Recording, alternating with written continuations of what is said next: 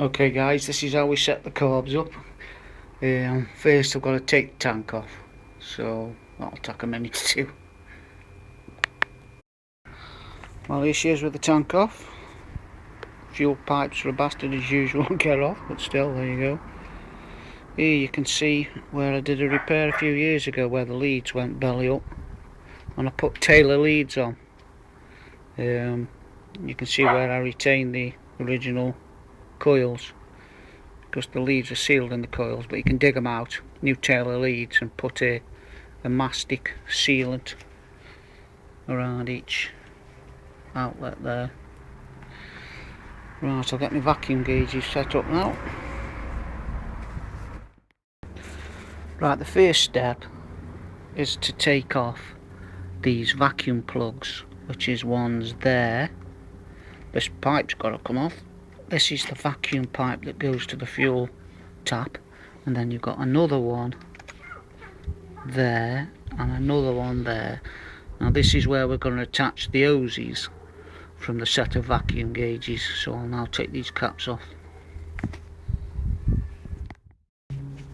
There you go, all caps are off now, as you can see, and there's 1, 2, 3, 4, one for each carb, ready for the hoses off the vacuum gauge.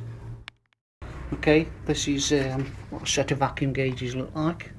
Basically 4 tubes, and it's filled with mercury, and when the engine starts the vacuum sucks the mercury up, and each level for each carburetor, if it's perfectly balanced, the levels would be in a line, but you'll probably see one will be here, one will be in there, and then this is what we adjust the carburetors to get them in a line. Basically that, just 4 pipes, one to each of them vacuum outlets, and each pipe's got a bit of a dampener in, and basically that's it.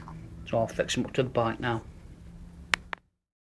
Right, as you can see, I've got the carb tune gauges now hanging from the handlebars, so I can read them when I kit the bike in, and each one of these tubes, if you follow it along, goes to each one of the carburetors where I took them blanking plugs off. That's where the vacuum comes from. So all I've got to do now is rig a fuel source to the carbs. Some people use the petrol tank. I don't personally, because it's a bit precarious lives next to the bike. But if you do use your petrol tank, make sure the fuel tap is on prime. Otherwise, if it's just on or reserve, you won't get any fuel, because you've got no vacuum pipe going to the fuel tap, because we're using the outlet that the pipe would come from for the gauges.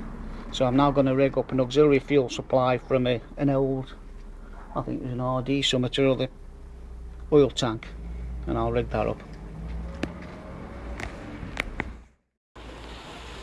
Okay, here's the basic principle of setting your carbs up and what we've got to do. So you've got your vacuum gauges attached to each carburetor.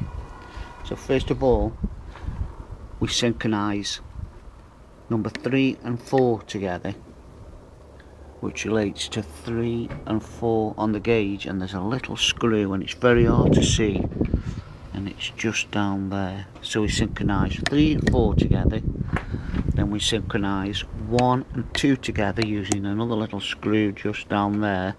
Then when they're synchronised, we synchronise 1 and 2, 2, 3 and 4, and that screw is right down the middle there. It's very hard to see.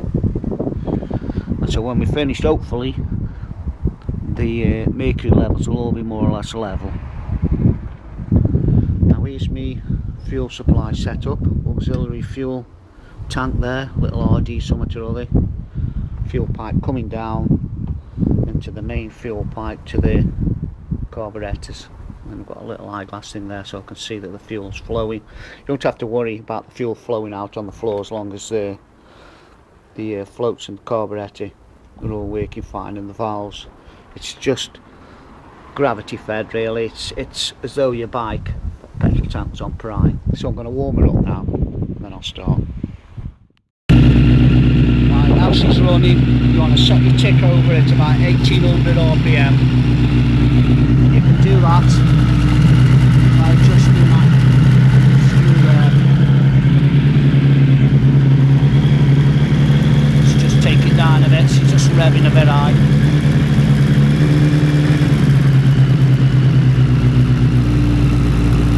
That's it. Now as you can see, the carburetors there are being synced on the gauge.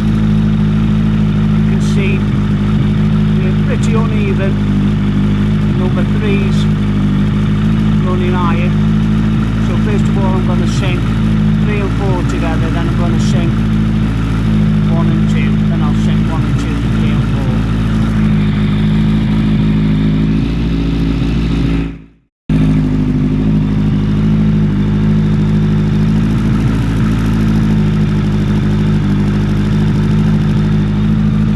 Okay, I'm tuning the screw now, and as you can see how them 2 levels come together on 3 and 4. Just to tick over down slightly, and then I'll do 1 and 2.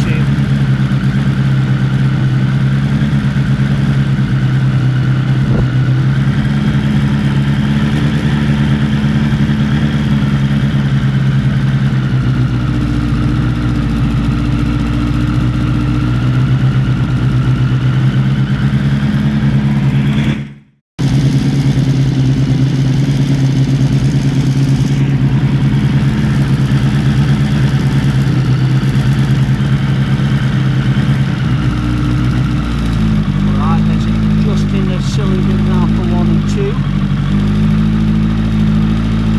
As you can see, pretty level now. Just go back to 3 and 4.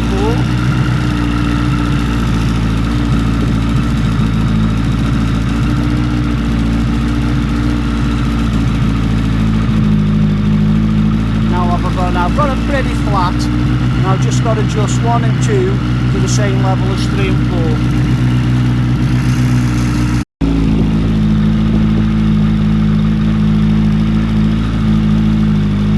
Using that middle screw now.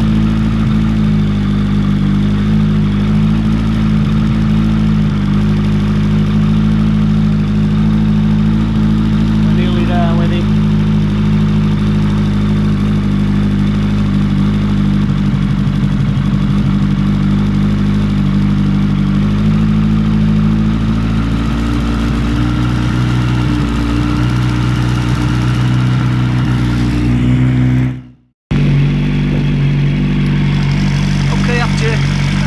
Round, you can see as it's now pretty well level. All the cylinders are more or less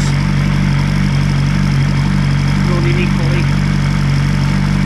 So now I'll just turn the tick over back down and I'll put mine back together. Okay, nearly all back together. Just got to put the tank on really.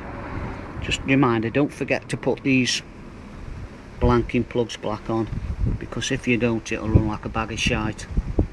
And also while the tank's off, I've sprayed around all the linkages, the carb choke linkages, just to free them up a bit, keep them lubricated, as you can see, nice and smooth. Okay, tank back on.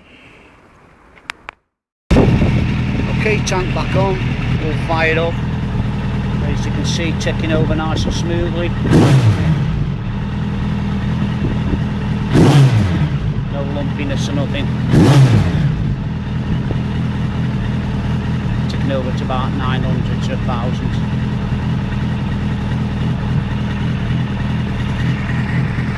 Job done. Save yourself about 45 quid a time if you take it to the garage, because it takes about an hour in a garage. They'll charge at least an hour's labour doing. Get yourself a set of gauges for 35 quid. Save yourself some money, you know, it's done properly. Hope this helps you guys anyway. And I'm out for a spin now.